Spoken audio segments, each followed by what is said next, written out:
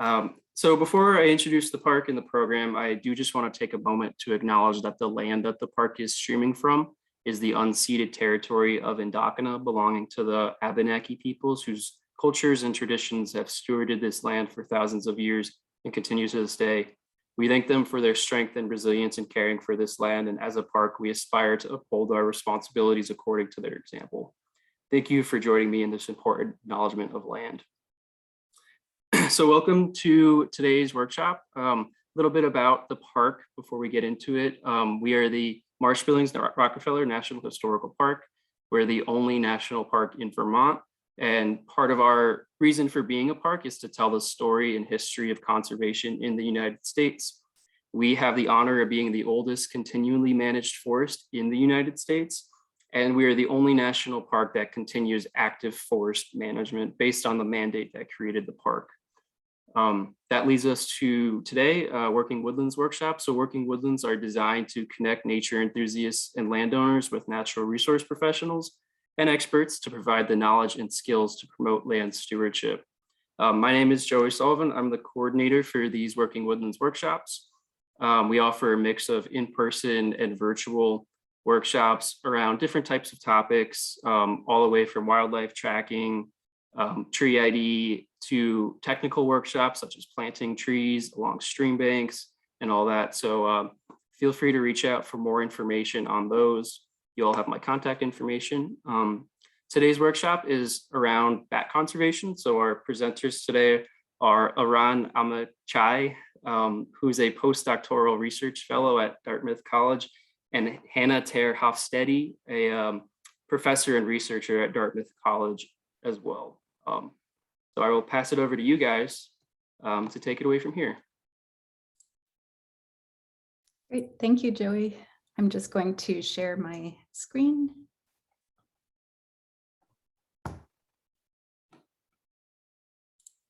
Okay, does that look okay to everyone? Great. Okay, so thank you, Joey, for inviting us. I'm Hannah, and I'm going to be doing the first part of this talk, and then I will pass it over to Aran. And we're going to talk about bats in general. So the outline for today's webinar is to first introduce bats and describe their incredible diversity, talk a little bit about why bats matter as animals in our environment. I'm going to give you a very brief introduction to echolocation as a way that animals such as bats can find their way around in the dark, give you an introduction to our local bat species and some major conservation issues for bats. And then I'm going to hand it over to Aran, and he's going to give a description of the research project that we've done recently in New Hampshire with bats. So first of all, a lot of people are surprised by how many of the mammals are actually bats. So if we look at this pie chart, it's giving us the proportion of species that are in different mammal groups. And what we can see is about a third of mammal species are rodents. And then actually almost a quarter of all mammal species are bat species. So they make up a very large proportion of the mammals that we find in the world. And here you can see some other large groups. So for example, primates, that's us in green, is a much smaller slice of the pie than the bats. This is a graph that tries to show the evolutionary relationships between animals. So it's called a phylogeny. And these are built on molecular evidence. So looking at DNA and how similar DNA is across animal species. And so for the mammals, it's been recreated and found that sort of the ancestor of all mammals probably evolved about 100 million years ago. And if we look here, what we see is ourselves. So primates, somewhere in the middle of this phylogenetic tree, we're closely related to rodents and some tree shrews, things like that. And down here we have the bats. So this is just to point out that we are actually more closely related to rodents than bats are. I know a lot of people think of bats as just flying mice, but they're actually very distinctive animals. Okay, so one of the most interesting things about bats is their incredible diversity in terms of what they eat when we look at them across the world. So all of the bat species here locally in the northern part of North America eat insects. So most of them are catching insects in flight, like this figure is showing, and they're doing that by using echolocation. And I'll describe what that is in a minute or two. Some species of bats, one species that's local here, do what's called gleaming. And gleaming is when an animal such as a bird or a bat flies down to a surface and plucks an insect off of it. So what you can see in the left is a bat called Anterozoice Pallidus. It's found in the southern United States in the desert. And it can glean things like crickets. So it listens to rustling sounds and then it'll fly down and pick up that insect.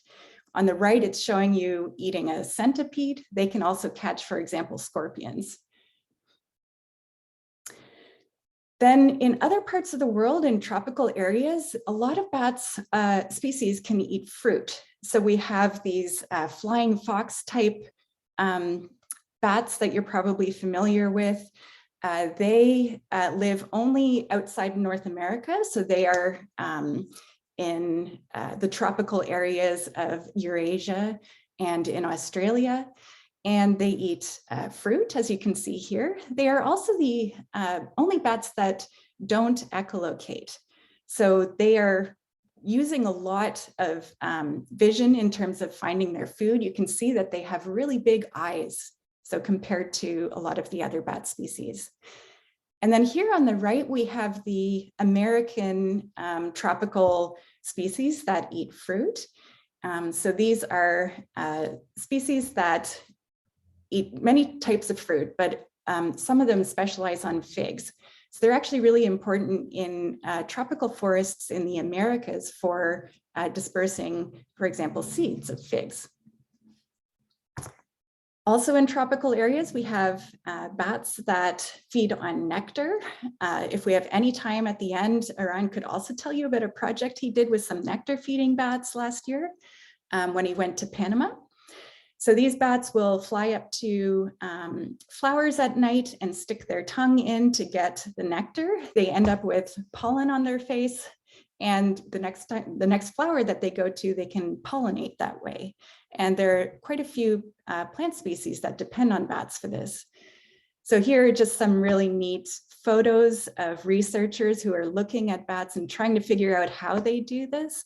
On the left, you see an actual flower that's been cut in half, so we can see the tongue of the bat going in.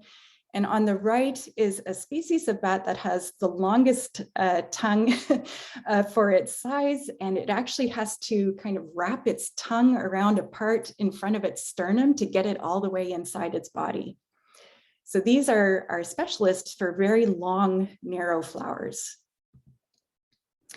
And then again, in other tropical areas of the world, we have carnivorous bats. So another kind of diet, there's bats that will eat rodents, some bats that eat birds. There's this bat in Central and South America that is known for eating frogs. And what you can see here on the right is a close-up of its face, and it has all of these bumps on its chin and its lips. And it's thought that they use these as sensory organs to detect whether or not the frogs are poisonous or not before they bite into them. And then there's some bats that fish. So this is really cool. They often have very big feet and they will fly over water, and they use echolocation to detect if there's a break in the water that might mean a fish is flying just under the surface. And then they scoop them out with their big feet. And finally, there are vampire bats that drink blood. There's only 3 species in the whole world. They all live in Central and South America. And they're specialized for going up to animals at night that are sleeping, and they make a little cut in their skin and they will drink the blood of those animals. So on the right, we see the common vampire bat. These guys typically go after large mammals. And And then on the right, we see some bats that are feeding on a bird. So 2 of the species actually specialize on feeding on birds. Okay, so that was a really broad stroke introduction to how diverse bats are. You can see that they all look really different as well. A lot of people are surprised when they see that, how different all the species can look. And now I want to tell you a little bit about why they matter so much in terms of their ecological services and also economic services to humans. So one of the main reasons that bats matter is that they control insect populations.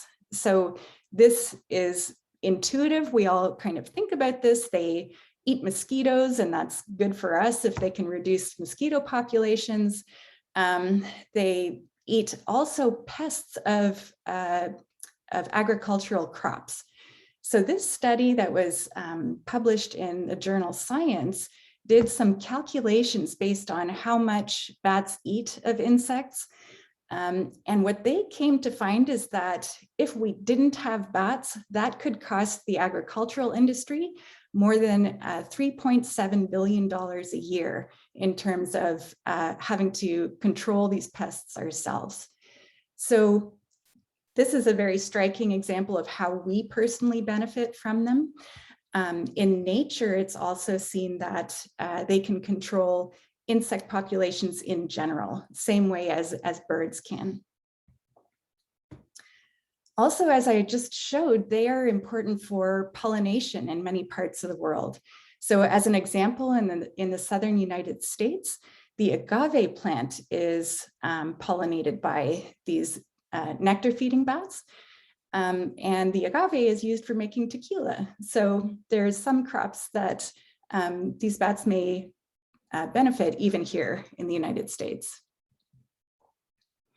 And finally, bats will disperse seeds. So when bats eat fruit, frequently the seeds will just go right through their digestive system undigested and come out the other end with natural fertilizer. And that's excellent for these plants that need their seeds dispersed farther away from the parent plant to grow.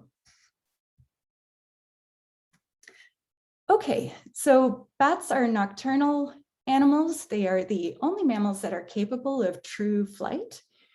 And to fly around in the dark is pretty dangerous if you don't have a good way to avoid hitting obstacles. So bats can do this using echolocation. And echolocation is essentially the bat is yelling very loudly. The sound travels from its mouth into the environment, and it will bounce off and reflect off of objects in its surroundings and come back to it in the form of an echo. So bats are specialized to listen to these echoes, and sorry, it's doing its own timing and I want to slow it down. They're specialized to listen to the echoes and get information then about how far away objects are, and that's typically how long it takes the echo to come back to them, and where objects are in space. So the difference between their ears can tell them if it's to the left or to the right, things like that. And so they use this to avoid hitting obstacles, to find their roost, and insectivorous bats are using this to find their food when they're flying, so insects in flight. So bats are using ultrasound to echolocate. They're using really high frequencies of sound that are typically above our range of hearing. So when we're walking out in the forest at night, we may see bats flying overhead in a clearing and we're not hearing them. And that's because we just don't have the sensory systems that are capable of detecting their sound. Most of the bats are producing echolocation calls that are basically like a sweep from high frequencies down to lower frequencies, but still ultrasonic. And what I mean by frequency is the pitch of the sound. So for example, a high frequency tone is this versus a lower frequency tone like this. So they're basically doing these kind of sounds as they're flying. And it's super fast. It's on the order of milliseconds. So many of them are producing calls that are about 10 milliseconds long, and they're repeating them 10 times a second. And they need to do that to get all the information that they can in order not to fly into things, basically. Another interesting fact is that bats are very loud. So even though we can't hear them, they are producing sounds that have a lot of energy in them. So it's basically the equivalent of a jet engine at 100 meters. So very loud sounds. Again, they need to do this in order for the sound to travel far enough and come back as an echo, and for them to be able to still hear it, for it to have enough energy for them to hear the echo. So here's an example of an echolocation sequence of a bat. And what you can see is that the calls change over time, depending on the phase that they are in terms of hunting. So the first sequence of calls where they are producing these sweeps, and they're happening at regular intervals, sort of longer intervals, we call these search calls, because the bats are basically flying around and they're searching for food. And they're just producing regular sounds and waiting to hear an echo. When they do hear an echo, then they switch and they move into what are called approach calls. And these approach calls, then they become more broadband, meaning they have more frequencies in them. They become shorter in duration, so down to only 2 milliseconds, say. And they repeat them more often. And this is important because they've heard an echo, it could be an insect, and they need to update their information as quickly as possible to actually track that insect. And then in the final part, as they actually attack, they produce what we call a feeding buzz. And this is the super rapid burst of calls that they produce right before they eat an insect. And what we can do to try and listen to bats is we can slow down these recordings. And when we do that, then it falls down into a frequency range that we can actually hear. So if I do that with this recording, this is what it sounds like.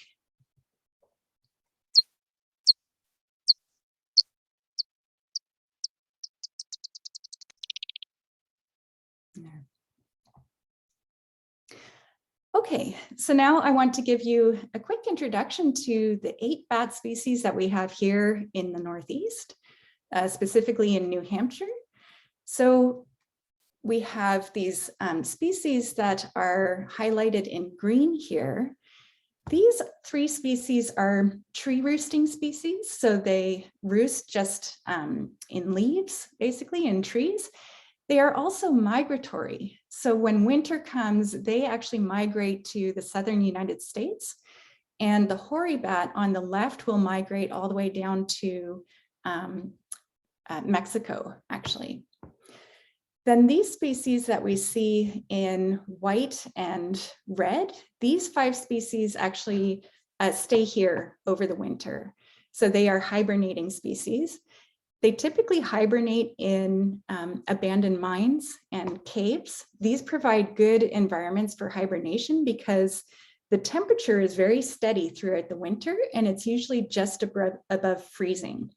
So the bats can go into these caves and mines, and they let their body temperature go all the way down to almost the same temperature as the rock that's around them.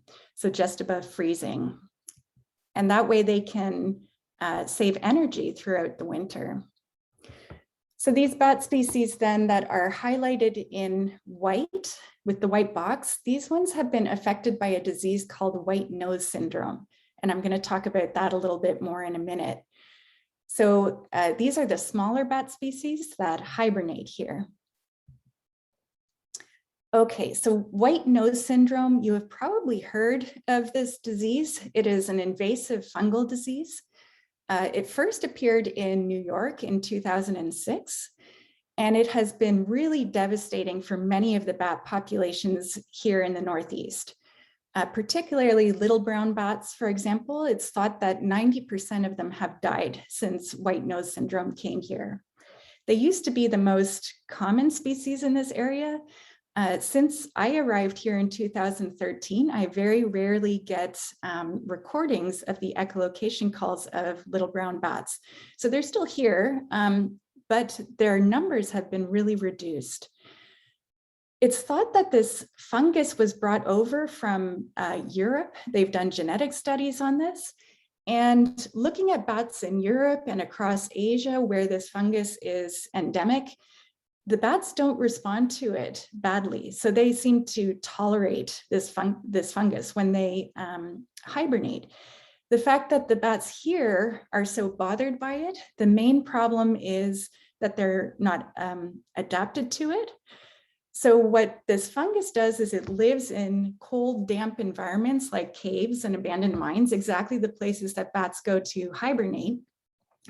And as the bats are hibernating, the fungus will kind of grow into their tissues. It's called white nose syndrome because once the respiratory tract has been infected, you will start to see these hyphae of fungi that are coming out of their nose. So you can see that on these pictures here. In addition, it will infect their wings. And it can create lesions on their wings. So many times in the spring, when they, if they've survived the winter, they have very big holes in their wings. This may affect their flight. We're not entirely sure about that. So this is a very deadly disease for them. The reason it kills most of them is because they are irritated by it and they wake up frequently during hibernation. And that just uses up all of their energy. So the bats are dying not really because of the fungus, but because the fungus is bothering them and causing them to wake up too often, and they can't survive the winter when they use that much energy. Okay, so bats are unusual for small mammals. They are very long-lived animals. A lot of people are very surprised by this. The record for a little brown bat has been 41 years in the wild. So this was a banded bat. Bats can be banded the same way that birds can. And it was recaptured 41 years later. So it's absolutely amazing. They also only produce one baby per year. So they don't reproduce very quickly. And the reason I'm bringing this up is because it's an issue for conservation. If we lose 90% of a species, it's going to take quite a while for those populations to recover and come back because they are not fast reproducing animals. So it's something to think about. There is some good news when it comes to white nose syndrome. It appears there is some evidence that the little brown bats that are around now that have gone through this situation seem to be adapting. So they are much more likely to survive the winter than the bats were when white nose syndrome first arrived. There's also very encouraging research on potential vaccines, so oral vaccines that would help bats to fight off the infection, and also UV and bacterial treatments of roosting areas, so things that will either kill or outcompete the fungus. Another conservation issue is wind turbines. So you might have also heard about this in the news. Wind turbines are great in terms of being environmentally friendly sources of energy, but they are also very dangerous for flying birds and bats. So these typically are migratory species that are colliding with these wind turbines. Or they are being killed actually by the change in pressure as they enter the area where these wind turbines are rotating. And there's a lot of mitigation efforts going on at the moment to try and reduce the number of fatalities at these wind farms.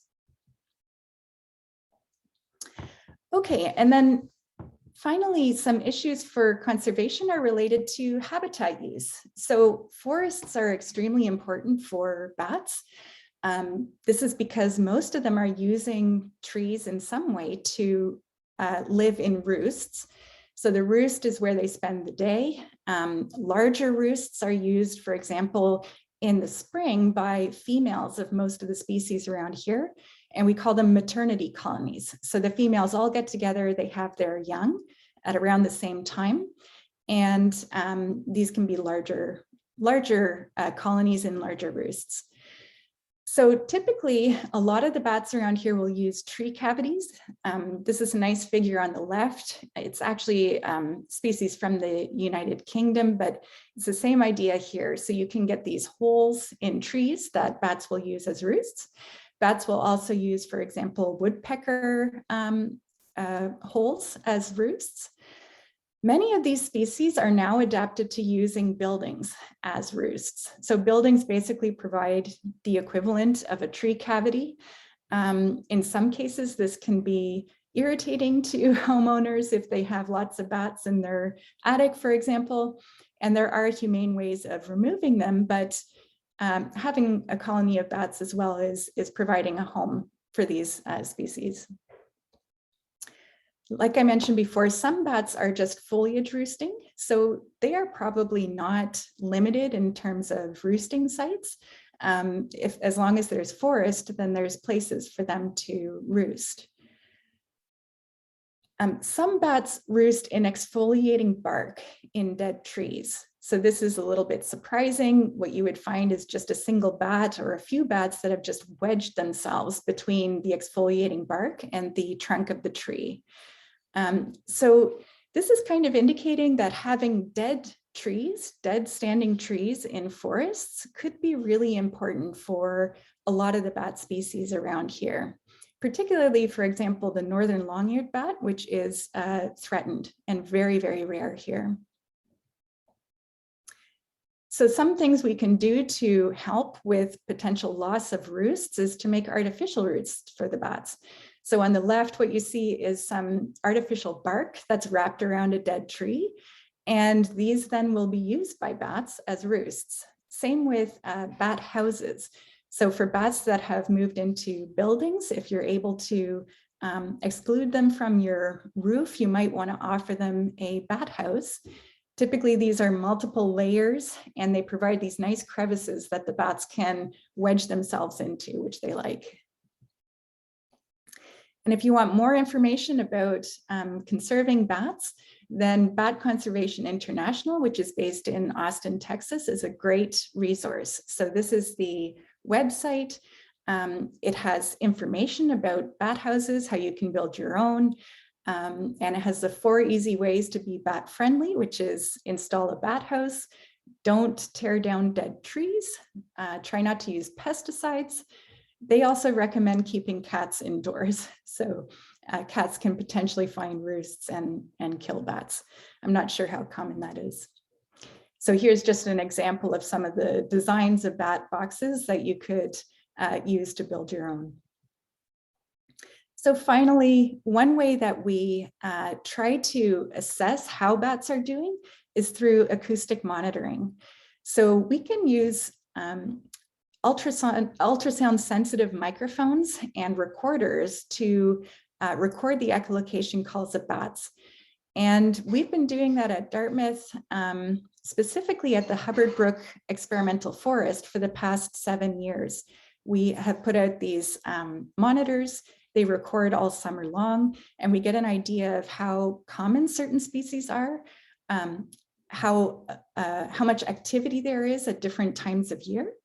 And we're hoping that we'll also get some information about phenology, which means when migratory bats arrive, when they leave, same for the migratory bats, when they're emerging in the spring, things like that.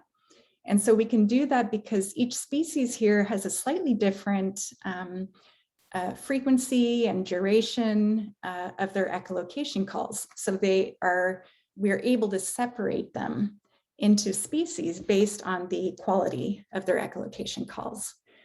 And there's also this program, the North American Bat Monitoring Program, that also uses acoustic monitoring and gives a standardized protocol so that all of these studies can be compared to each other.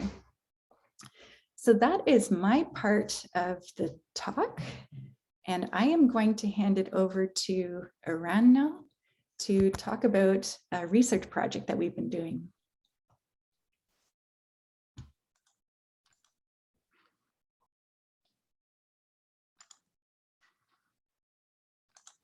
Okay, hi. Thank you, Hannah. Do you see my screen properly now? Okay, perfect. So thanks everybody for showing up, and thanks Joey for the invitation to speak.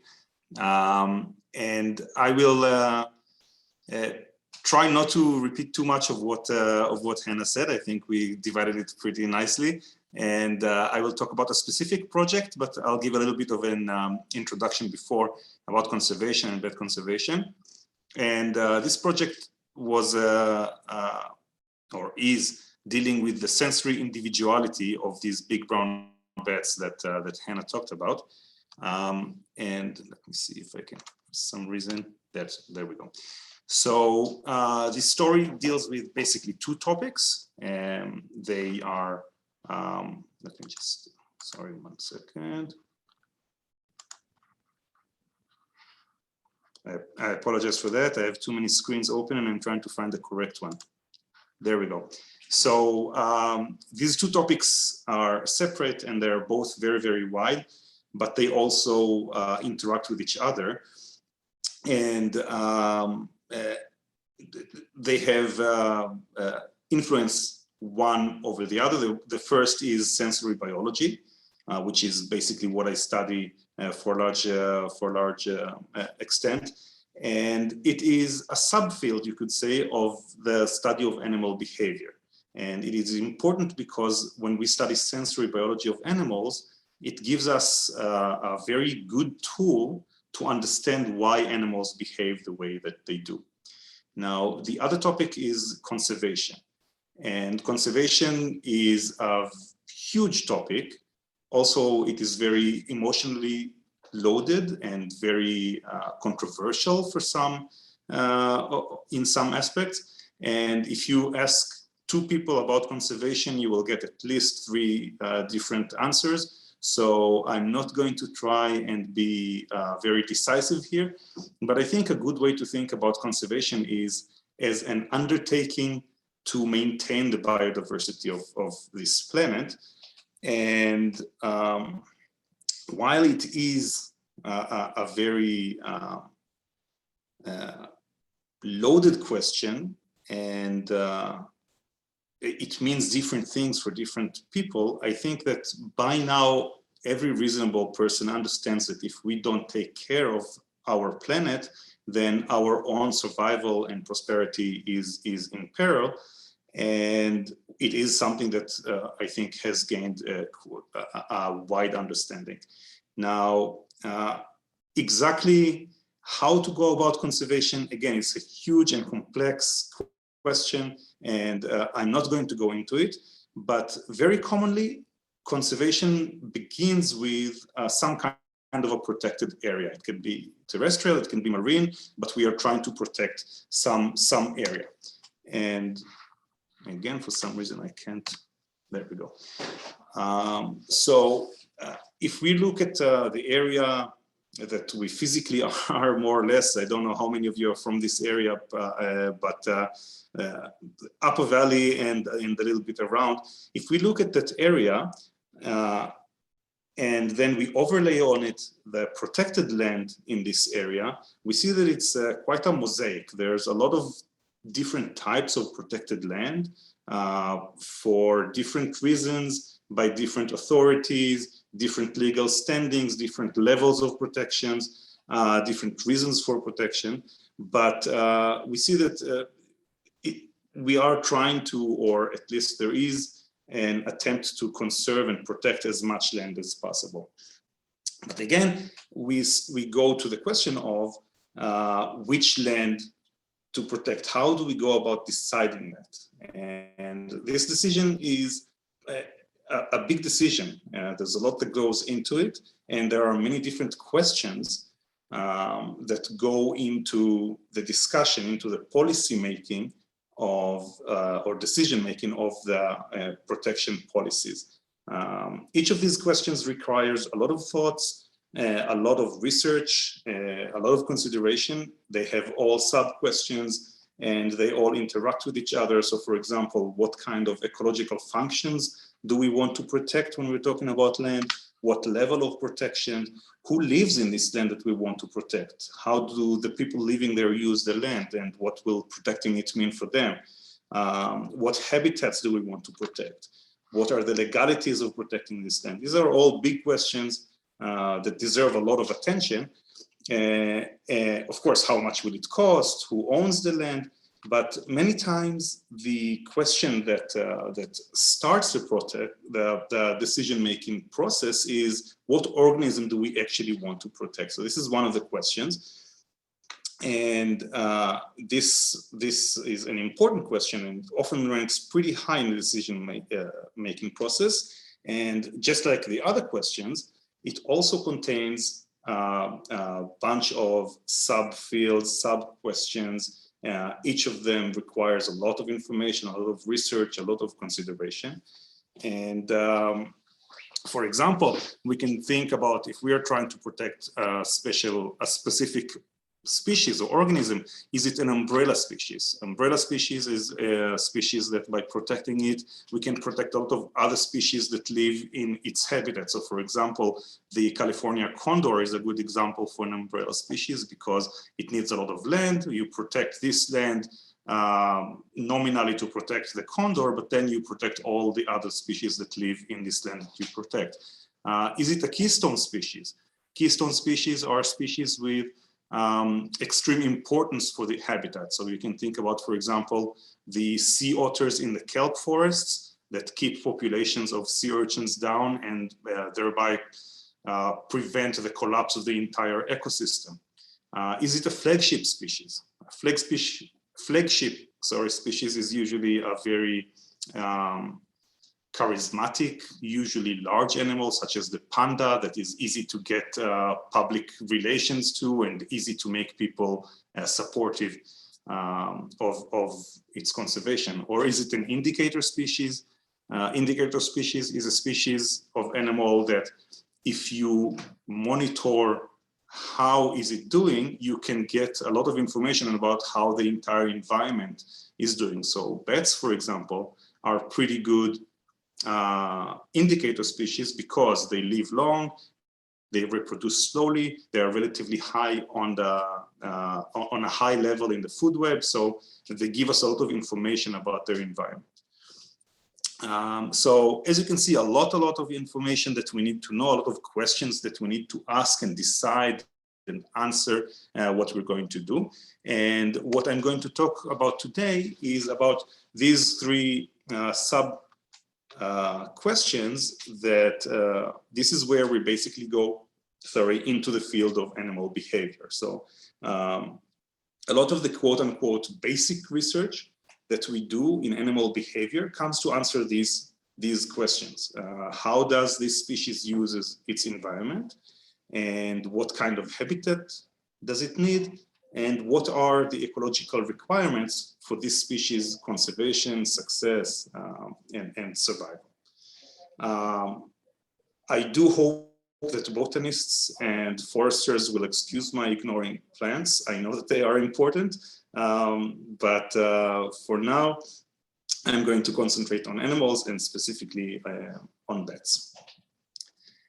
So with these questions in mind, let's see again how we decide on conserving or protecting land. And let's take a hypothetical case that we want to protect this sword-bearing conehead katydid here. And in order to know which land is best for conservation, we're going to go out to the field and we're going to do a lot of surveys and try to see where this animal exists. And after a lot of effort, we find that there are more than 1,500 katydids in this meadow over here, and we could only find less than 70 katydids in the forest. So in this hypothetical case, our decision is pretty easy, right? We want to conserve as much of the meadow as possible, and that will ensure the protection of the largest and the part of this population of animals. And so that seems a bit quite straightforward, but things can be much more complex. And if we're looking at the not hypothetical case of the big brown bat, we see that the picture is a little different here. So big brown bats are considered open air bats. Those are bats that fly in the open air. They hunt insects on the wing.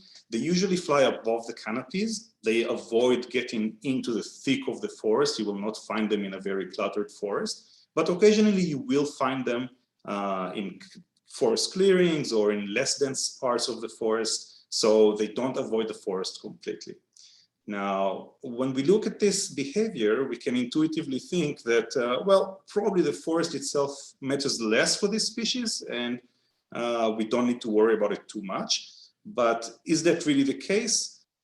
We need to check that up, and that brings us to the next story, or the next subject, which is sensory biology and the study that we did here. Now, bats are, as Hannah said, multisensory animals. They rely on a variety of sensory systems. They see, right? Bats are not blind, even if you've been told so since you were kids. Blind as a bat is not a correct euphemism. They rely on scent, on smell, on touch, on hearing. Some bats even can sense heat by sensing infrared radiation. But again, the most iconic, the most famous sense that they have is echolocation. Just a little bit, maybe repetition of what Hannah said. And this little figure here, this is called a spectrogram. So we have the change in frequency along this axis, along over time. And we have the intensity, or how loud each call is, represented by colors. And bats have a large degree of control over the design of this signal. So they can control how long the signal is. They can control at what frequency they call. They can control how loud they call. And they can control the interval between the different pulses, and they adapt the design of their calls or call sequence to the environment in which they operate. So if they go into more cluttered area, they will use shorter calls and shorter intervals. And if they go to a less cluttered, more open environment, they will do the opposite. Now, when you look at this design of the signal, and when you look at different bats individually, you see that they are different individually in the way that they use echolocation. And these figures here are figures from older studies that I did on a Mediterranean bat called Kuhl's pipistrelle, that you can see it here. And what you have here in each design of line is a different individual at different conditions. And it's not really important to understand exactly what you're seeing, but what is nice to see is that over a long period of time, one bat would always use the same range of intervals, and the other would use another, and the other individual would use another range. Same goes for duration, and the same goes for frequency parameters of the calls. So they have this, what we call a behavioral syndrome. They differ individually in a consistent way over time. We could call it personality, but then psychologists would get angry at us. So we are reduced to calling it behavioral syndrome because, of course, animals cannot have personality. This is horrible. So that takes us back to our project. And we wanted to ask whether there is a connection between the sensory behavioral syndrome, or that individual personality of the bat's echolocation, and how it forages. And we know that bats will change their call design when they're entering a more cluttered environment, but do these individuals that have the generally shorter calls also like to spend more time in the forest, and vice versa?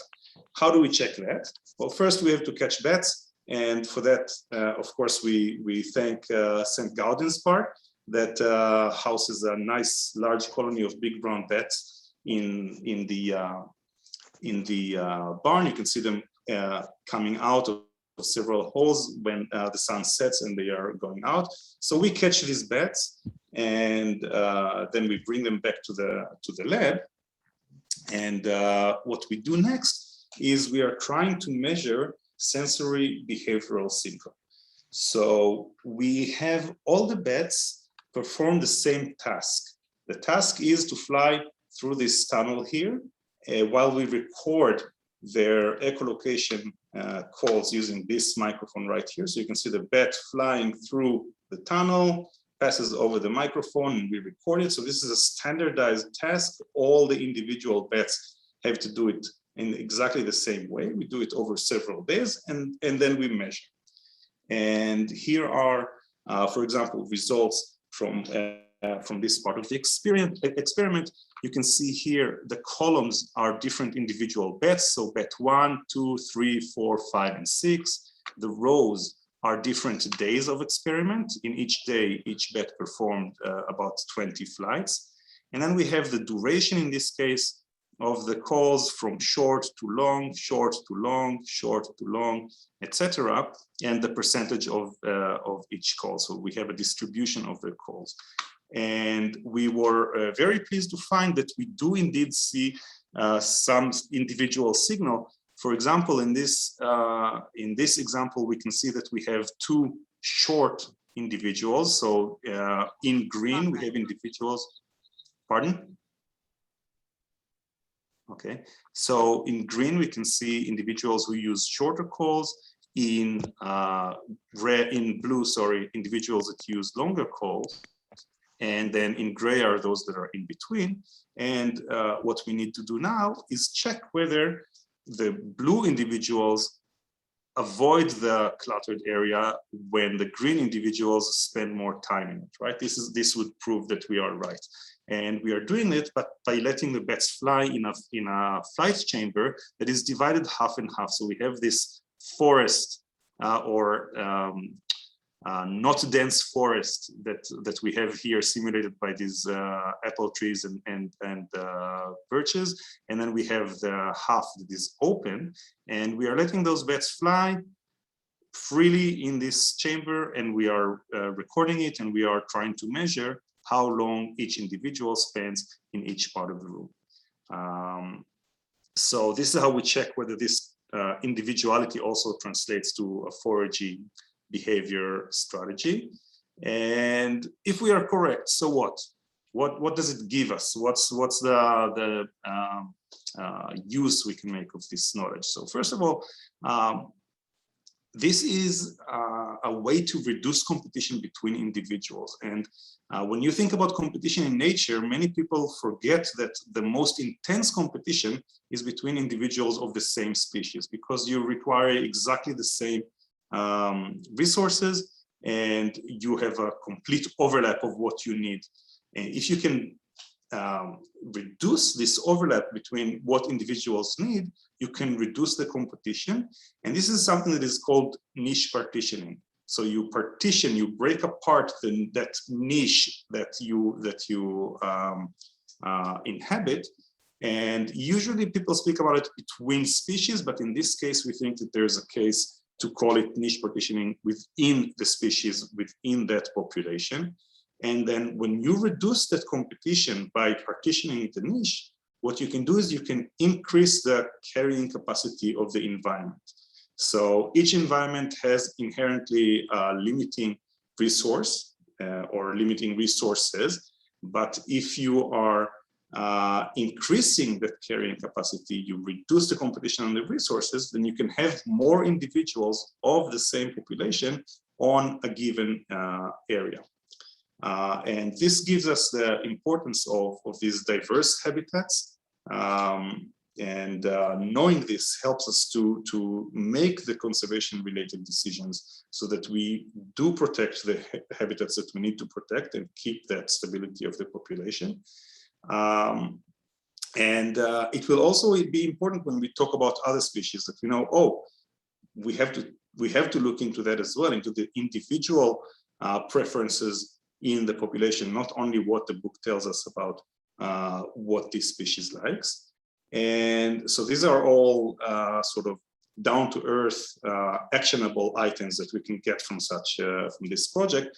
I think just as important and just as interesting is the more purely scientific question and the importance of these individual variations to the process of natural selection and helping us to understand how species evolve and how they evolve to use habitats, to use ecosystems, and to influence them.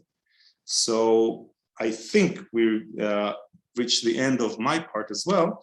I would like to thank the people who helped us with this project, with this very, very fruitful collaboration. So Aaron Weed, all of these people are from the National Park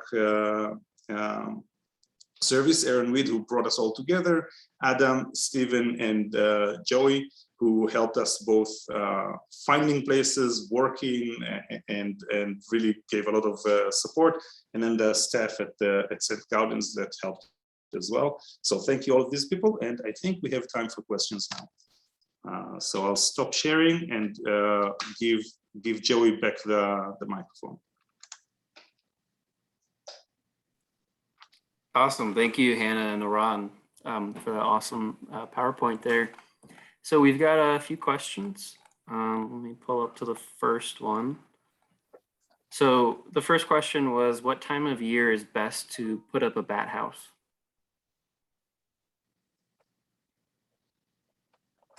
So I'm not sure that it matters too much. If you want to have bats come back year after year, you might want to do it early in the spring so that they find it and they may use it as a maternity roost. But if you put it up later in the year as well, then the bats start moving around quite a bit in late summer. They may find it and then return to it the next year. Great. And then a follow-on question about bat houses. Do bat houses need to be cleaned? If so, when and how? No, they don't. Actually, the dirtier they are, the better possibly for actually attracting bats. So this has not been very well confirmed, but there is some idea that if there are bat feces in the bat house, then other bats will be more likely to use it as a bat house. It's kind of an indication that that was a good home for someone. So maybe it'll be a good home for me. So yeah, you don't need to clean them. You can put them up and forget about them, and they'll be like, you know, what they use in nature, a hollow tree or something like that.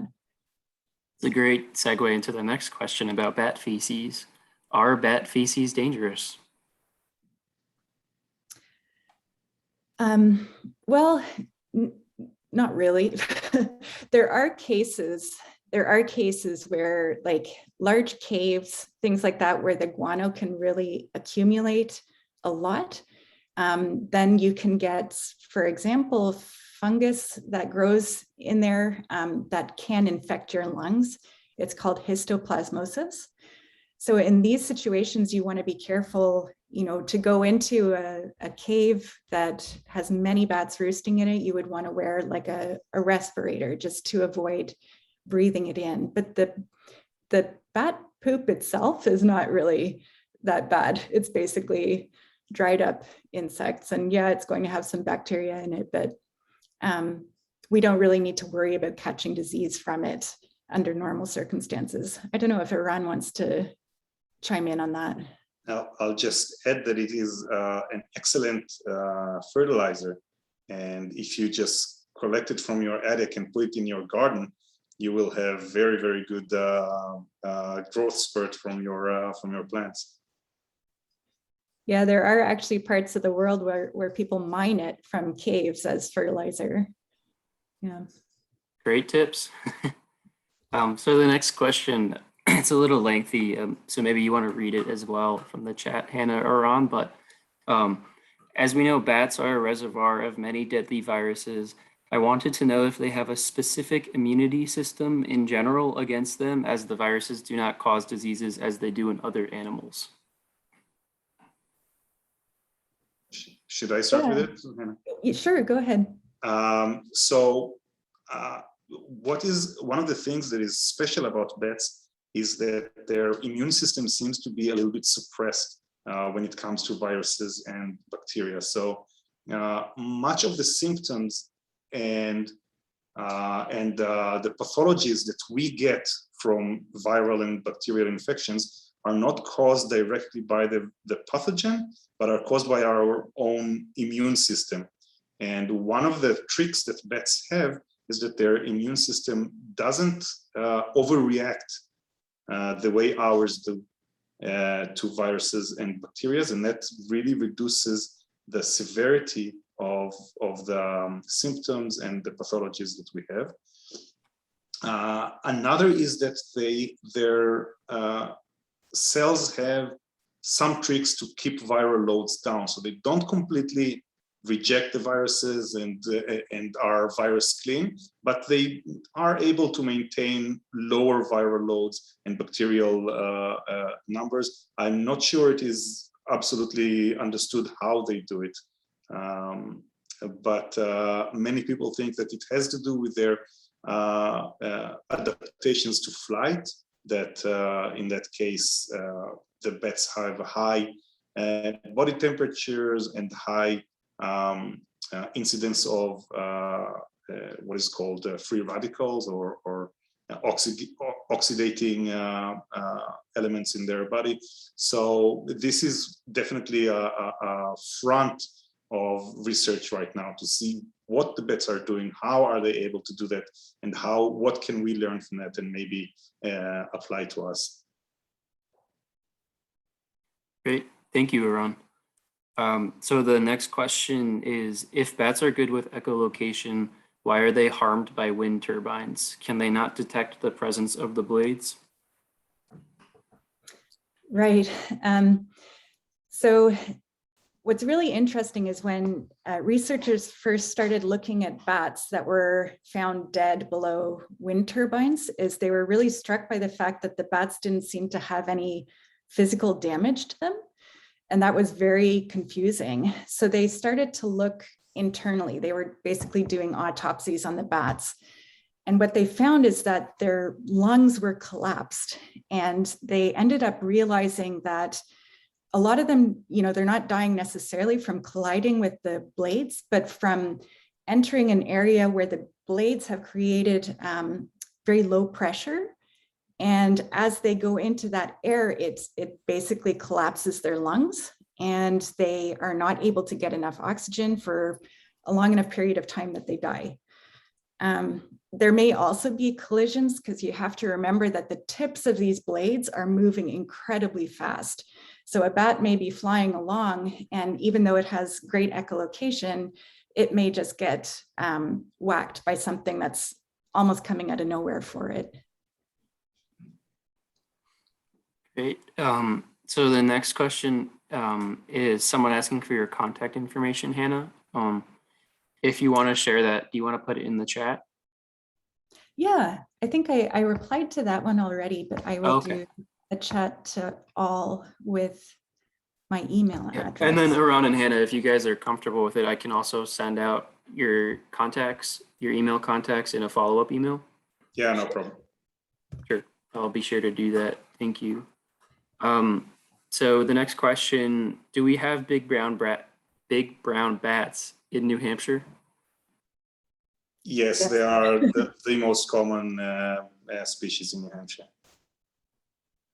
Great. And then what looks like to be our last question is, how do bats find their way back to their tree, cave, attic, hole, etc.? So bats have excellent spatial memory. They can go back to the same location on the spot, especially after they've been there several times. In fact, it's amusing when you change something in their environment experimentally, they will always go to the same spot again and again and again and again, even though there's nothing there anymore, because they remember spatially, in space, this is where we need to be. There is a very interesting line of experiments with bats' brains, where the activity of neurons, especially in the hippocampus of bats, have been recorded in live bats flying around, and they have this array. Probably all mammals have this array of specific neurons that relate to specific areas in the environment. In bats, it's really, really good, and they have very good spatial memory. So this is one way. Another is other cues such as smell that Hannah talked about, and they can hear other bats there. They navigate in a variety of methods, and yeah. Great, thank you, Eran. So there was one more question that popped up. Would you please speak to the value of older forests with complex structure for bats, such as more large trees, more standing snags, cavities, more woody debris? Yeah, so I think that's really important to think about that. In terms of forestry management, there's often perhaps a push to get rid of dead woody material. But for a lot of species, not just bats, so many birds as well, these are ideal places for living in. So the more we can do in terms of safely maintaining a lot of this dead wood, so standing snags, exactly right. Bats want something that is tall to live in. And then these trees with the exfoliating bark. So for example, these threatened northern long-eared bats, that's their prime location for roosting. So having these dead trees in forest is really important. Also, this older forest thing is important, and that's largely because then there's a lot of diversity in terms of the types of trees and the types of dead trees that you will find there. So you can kind of cover your bases for the preferences of all the different species that are living in one location. Wonderful, thank you. So one more question has popped up. Do bats need open areas like meadows where there may be more bugs? Yeah, so Eran's project is looking at a bat that kind of can go in more cluttered or open areas for foraging. There are a few bat species like the hoary bat that is really specialized for open areas. So they will forage, like you say, over meadows, over lakes and ponds. They'll even go over the tops of forests, over the canopy, but they are terrible at flying in very dense vegetation. And that's related to their morphology, like their shape. It's just the shape of their wings relative to their body is really good for fast, direct flight, but not very maneuverable. And going together with that, their echolocation pattern, using really long calls at long intervals, is more suited to that. So again, sort of reiterating what Eran said, having variety in the types of environments that we have will help more species in the area. Great. Another question. You guys are coming up with really good questions today. Love to see it. With fewer moths recently, does that impact the bats' food sources? Yeah, I'm really curious about that too. Eran might want to jump in, but this is relating to this idea of the insect apocalypse, right? That we're just having this really severe decline in insects in general worldwide. A recent study done at Hubbard Brook Experimental Forest in New Hampshire found a very severe decline of beetles. That happened to be the insect that they were collecting data on for a very long time. So over 30 years, there was a very severe decline in the number of beetles. And that absolutely is possibly something that is affecting the bats here. We just don't really know. It's hard to quantify something like that. But moths are great food for bats. They love moths. They're nice and big and juicy and lots of protein, things like that. So yeah, I think it could have an impact on these populations. Did you want to say anything, Eran? No, I think you covered it. Yeah. Okay. I think bottom line is, yes, it's possible. No, we have no idea. Yeah. Okay, so the next question, will bats re-roost tree sites unlike bat boxes as you spoke of?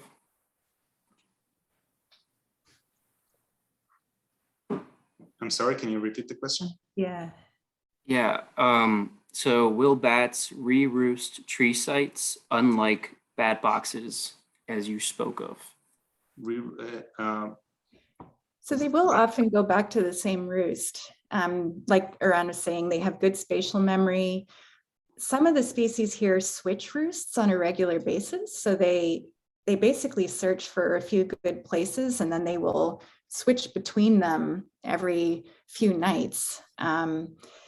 So as with bat boxes as well, it's what often happens is people put them up and then for years, there's just no bats using them. All of a sudden a bat finds it. And then from then on, it's occupied every summer. And that again, I think goes back to the spatial memory. There's a bit of luck, you know, that they find it. But once they do, then, you know, they know that it's there and they have this memory that lasts over winter and they may come back and use it in the future. And teach their kids. Yeah. Okay, so do bats prefer to roost near bodies of water? Don't think it's that important. They can fly very long distances, and in this part of the world, water is the last thing I think that is hard to find. So I don't think it really matters. If the roost itself is good, then I think that's the more important aspect. In other places in the world that are much more arid, then that might have an influence. But again, they can fly for, bats have been recorded flying 60 miles a night. So being very close to water, I wouldn't think is such an important feature. I would agree. They do use it for foraging and also for drinking. So they do need kind of still like ponds and lakes and stuff for drinking. Great. So Ron and Hannah, we're a little bit past 1 o'clock. Are you guys able to hang on for just a few more questions? Yeah. I can, yeah. Wonderful. Thank you. So the next question is, how do you keep wasps or hornets from building nests in bat boxes? I don't know. I have never had that problem and I'm not sure. That doesn't sound fun. It sounds like someone had that experience. Ron, do you have any thoughts on that? No, I don't think you could prevent it. If it happens, you know, you can either accept the wasps or or get rid of them in any regular manner of getting rid of wasps. But there's no way to prevent it. If bats are there, then wasps will not be there. But other than that. Yeah, you might want to try Googling, seeing if any people have run into those problems and what they've done about them in that case. So the next question, what is the basic difference between keystone and umbrella species? Okay, so umbrella species are species that are used by conservation practitioners to create an umbrella, a large coverage under which we can also put a lot of other species that we didn't say, hey, we are going to protect this. So when we say we are protecting the California condor, we are also protecting, I don't know, the kangaroo rat, okay? But we didn't set out to protect that, let's say, as the headline of our project. So this is an umbrella species. It's a concept for conservation. A keystone species is an ecological term, and this is a species that is important. Just the species itself is very, very important for the integrity and the structure of the ecosystem. So for example, if you remove the California condor, which is an umbrella species, from the ecosystem, it will have impacts, but the ecosystem probably will not collapse. But removing the sea otters from the kelp forests in Alaska have caused a population boom of sea urchins that then completely decimated the kelp forest itself, and the entire ecosystem collapsed. And that is an ecosystem that was a nursery for fish and produced a lot of photosynthesis and other products as a basis for the food web. So these are different concepts, not necessarily related. A keystone species can be an umbrella species as well, but one is an ecological function and the other is more of a conservation term. Great. Thank you, Eran. So what looks to be the last question now. At a glance, how can one ID a big brown bat and from a little brown bat? Size difference, but what size roughly? Yeah, so big browns are almost twice as big as little browns. So little browns may be about 3 inches head to tail, and then big browns would be like 5 inches, 5 to 6. If you get to know their faces, they look quite different as well. So the little browns have these kind of pointy noses. The big browns have more like a puffy muzzle, but you might not be, in flight. So I know people who say they can tell the difference between bats in flight. I definitely can't. I don't know how that's done. If you wanted, you could buy, like, there's cheap kind of bat detectors. And in that case, you can make these recordings, and then it's very easy to tell the difference between big browns and little browns based on their echolocation calls. Yeah. Wonderful. So that looks like that was the last question. So thank you so much, Eran and Hannah, for doing this today. I hope everyone enjoyed it. I hope you guys learned something from it. I know I did. And we do have another workshop coming up on November 17th, the same time, 12 to 1, going over tree pests, signs and symptoms, and management recommendations with a state of Vermont forester. So you can register for that through the same registration form. And that's our last offering of the fall workshop. So keep an eye out for what's going to be happening over the winter. We've got some exciting ideas in the works. So thank you all again for attending, and I hope you have a great rest of your week. Thank you. Great. Very informative. Glad you liked it, Ray. Thank you.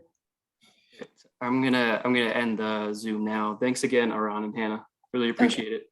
Thanks for the invitation.